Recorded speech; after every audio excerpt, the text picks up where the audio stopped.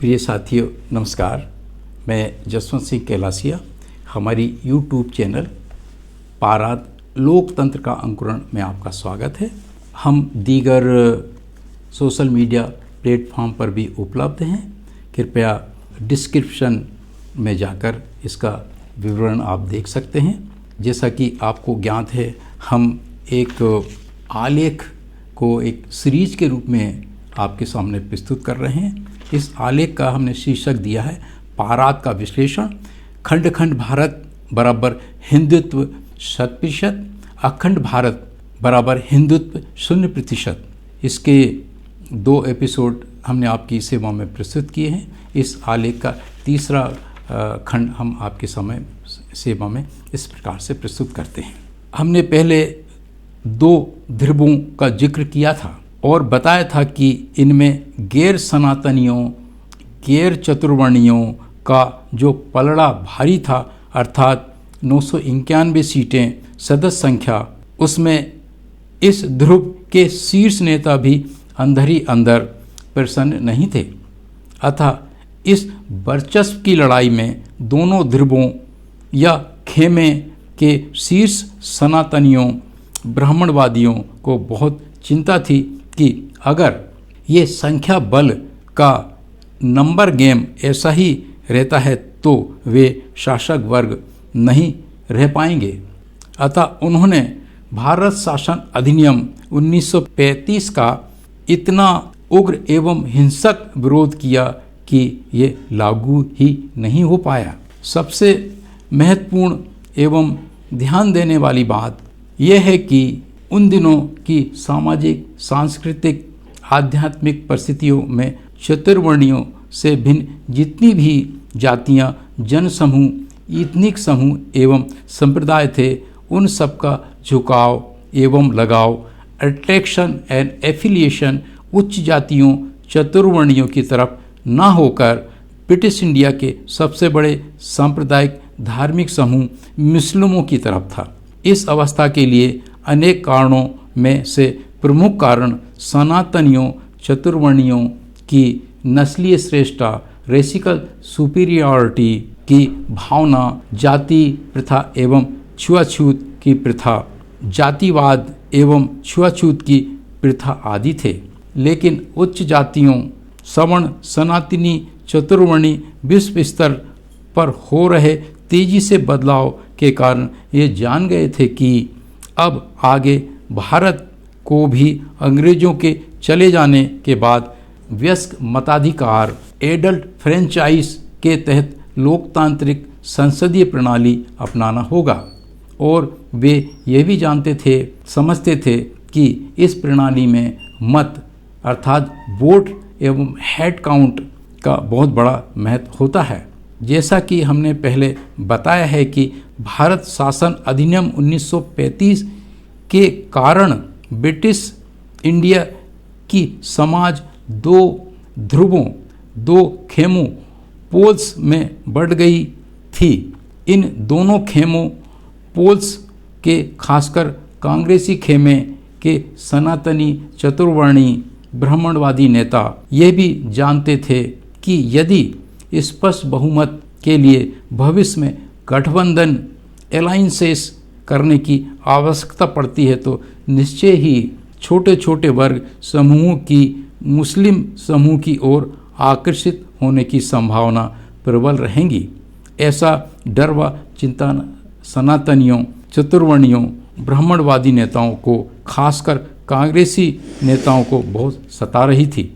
अतः एक तरफ उन्होंने अपना संख्या बल और हेड काउंट्स बढ़ाने के लिए पिछड़ी जातियों को, जो इन दिनों अवर्ण सचूत कहलाते थे, तथा अछूतों को, जो आज अनुसूचित जातियां कहलाते हैं, तथा आदिवासी जनसमूह को, जो इन दिनों अनुसूचित जनजातियां कहलाती हैं, को अपने सांस्कृतिक लपेटे में लेना शुरू कर दिया, जिसे तकनीकी भाषा में संस्कृतिकरण, संस्कृताइजेशन कहते हैं। और एक नए शब्द टर्म हिंदू को घड़ा क्वाइन किया। साथ ही साथ अपनी धर्म संस्कृति, जो अब तक सनातन धर्म ब्राह्मण धर्म, वर्णाश्रम धर्म के नामों से जानी जाती थी, को नए शब्दों हिंदू धर्म, हिंदू रिलीजन या हिंदूवाद, हिंदुइज्म को घड़कर टू क्वाइन करके उन पर नया मुलम्मा पेस्ट चढ़ाकर ढक दिया गया।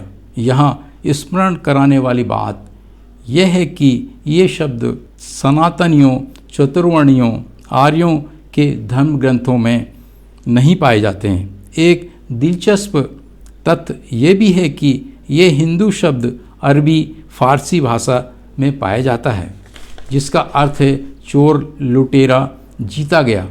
मुगल शासकों ने इस शब्द का प्रयोग जीते गए उन लोगों, जनसमूहों के लिए किया जो इंडस वैली अरबी में इसका उच्चारण हिंडस वैली है में रहने वाले हैं और संज्ञा नाउन के रूप में इन्हें हिंदूज कहा गया। बाद में ये शब्द हिंदूज के रूप में अपभ्रंश हो गया या बदल गया।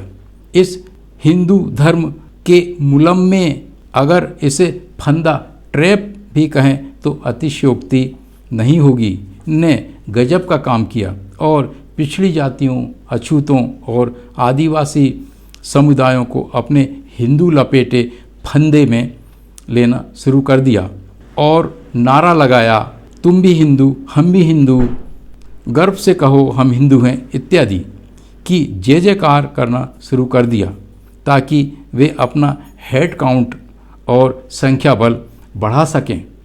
साथ ही साथ उन्होंने अपना धार्मिक सांस्कृतिक एजेंडा भी लागू शुरू कर दिया। इसमें M.K. गांधी के राम राज्य की स्थापना की घोषणा प्रमुख थी। उपरोक्त अनुसार हो रहे घटनाक्रमों से मुस्लिम लीडरशिप एवं उनके बुद्धिजीवी वर्ग को चिंता होने लगी थी और चिंता होना लाजमी भी था। राम राज्य की घोषणा ने आग में घी का सा काम किया। कुल मिलाकर मुस्लिम नेतृत्व में यह चिंता सताने लगी थी कि अब आगे अंग्रेज़ों के चले जाने के बाद अगर भारत में जो राज्य व्यवस्था होगी वो ब्राह्मणवादी, पुरोहितवादी, ब्राह्मणिकल थियोक्रेटिक स्टेटहुड होगी, जिसमें निश्चय ही मुसलमान कथित हिंदुत्व के दबाव, सपरेशन में रहकर द्वितीय दर्जे के नागरिक होंगे। इसी दौरान उधर अनेक संगठन जो खास प्रकार की आइडियोलॉजिकल सोच रखते थे, मुस्लिमों के प्रति अपनी नफरत का प्रदर्शन भी करने लगे। इनमें RSS, जनसंघ और हिंदू महासभा के नाम प्रमुख हैं। कांग्रेस के ब्राह्मण एवं अन्य उच्च जातीय नेता भी अंदर ही अंदर मुस्लिमों से नफरत करते थे।